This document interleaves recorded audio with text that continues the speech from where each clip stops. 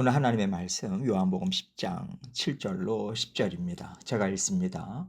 그러므로 예수께서 다시 이르시되 내가 진실로 진실로 너희에게 말하노니 나는 양의 문이라.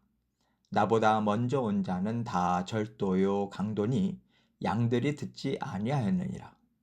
내가 문이니 누구든지 나로 말미암아 들어가면 구원을 받고 또는 들어가며 나오며 꼴을 얻으리라. 도둑이 오는 것은 도둑질하고 죽이고 멸망시키려는 것뿐이요 내가 온 것은 양으로 생명을 얻게 하고 더 풍성히 얻게 하려는 것이라. 아멘. 우리가 온 세상을 자유롭게 다니고 원하는 대로 사용할 수 있지만 우리 삶의 터전은 구별해서 말합니다. 말하자면 일하는 곳을 일터라고 하고요. 쉼을 누리고 음식을 먹고 잠을 자고 가족을 이루는 것은 집이나 가정이라는 개념을 갖고 있어요.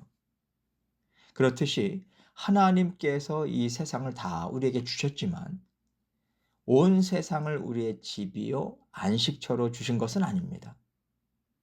영적인 집이 있는가 하면 영적인 일터도 있는 것이죠. 1차적으로 하나님께서 우리에게 주신 집은 내 마음에 있습니다.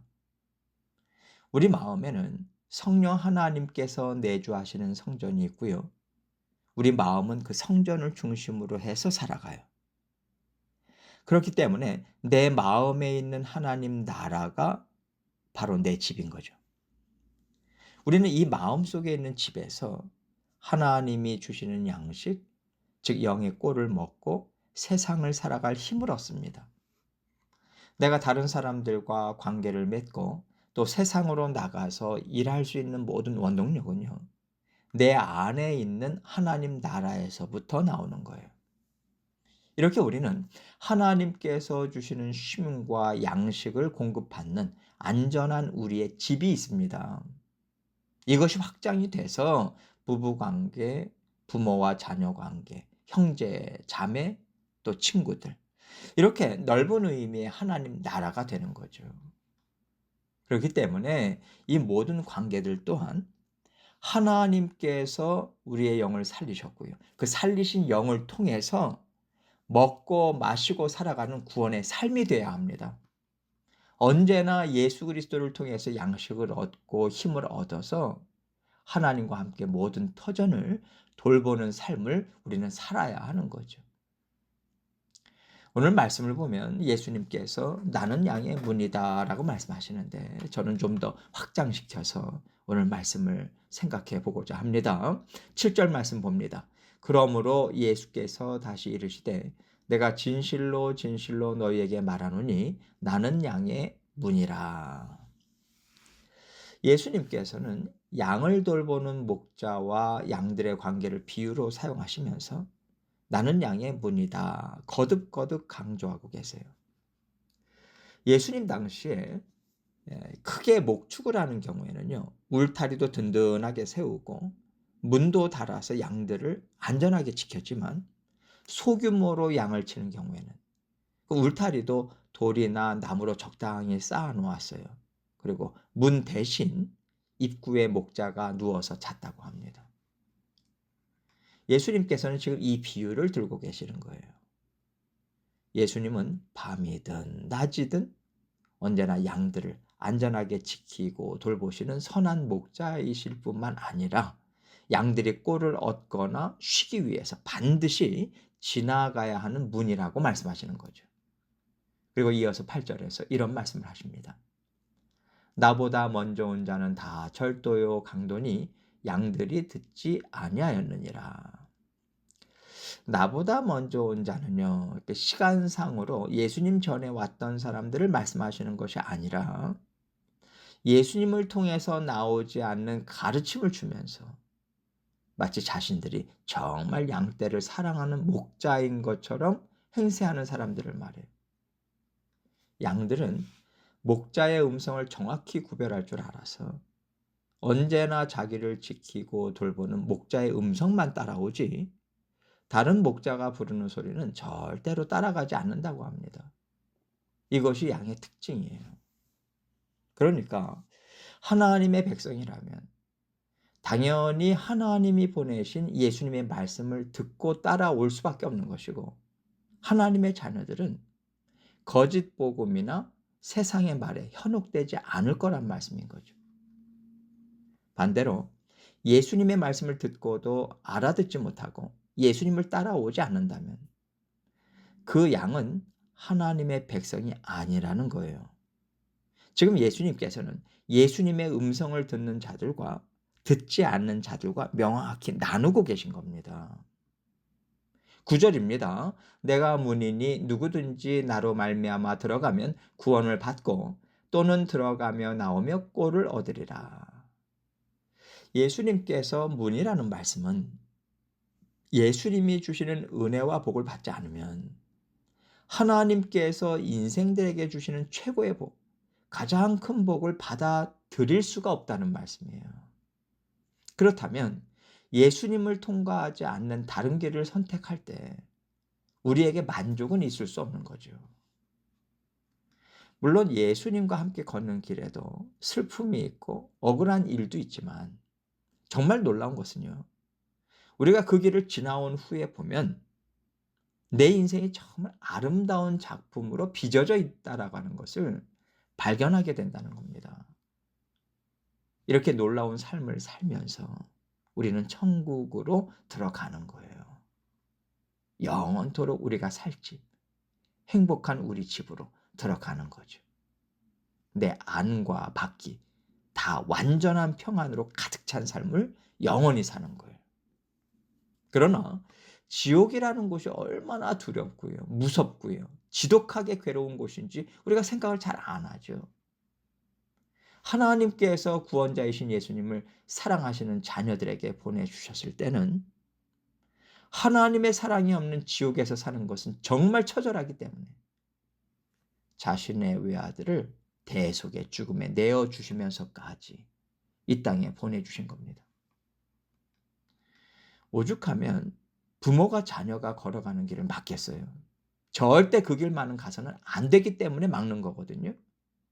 마찬가지로 절대로 지옥만은 가지 않기를 바라는 예수님의 심정이 담긴 말씀인 거죠.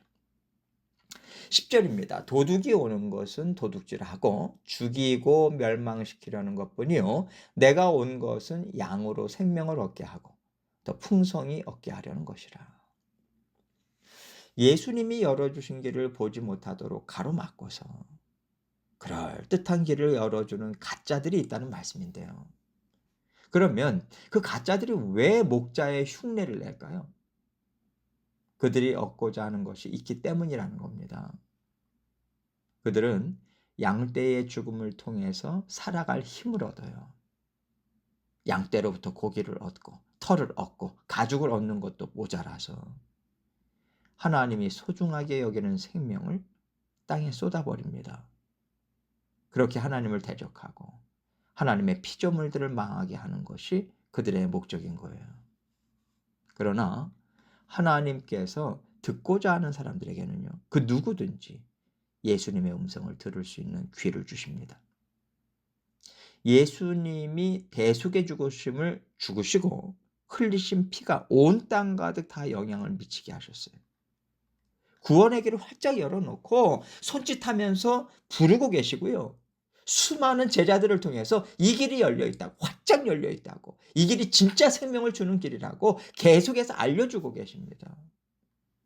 하나님은요, 얼마든지 들을 수 있고 볼 수 있도록 세상 곳곳에 힘있게 보여주고 계세요.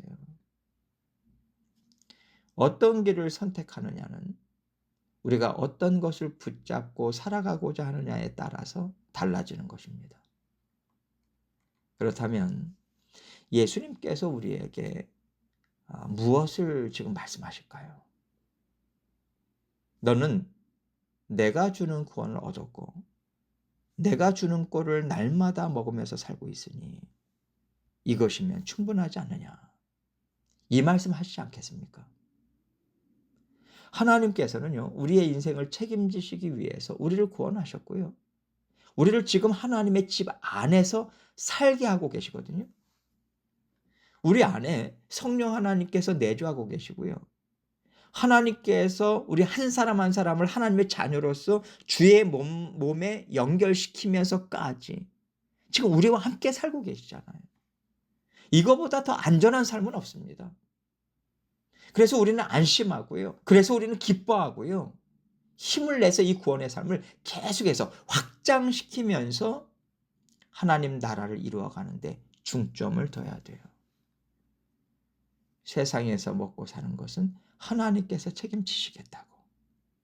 우리에게 구원을 주실 때 이미 약속을 주신 거니까 그 약속 믿고 만족하고 이제 우리가 힘있게 살아내는 것이 바로 내 안에 있는 하나님 나라를 누리는 겁니다.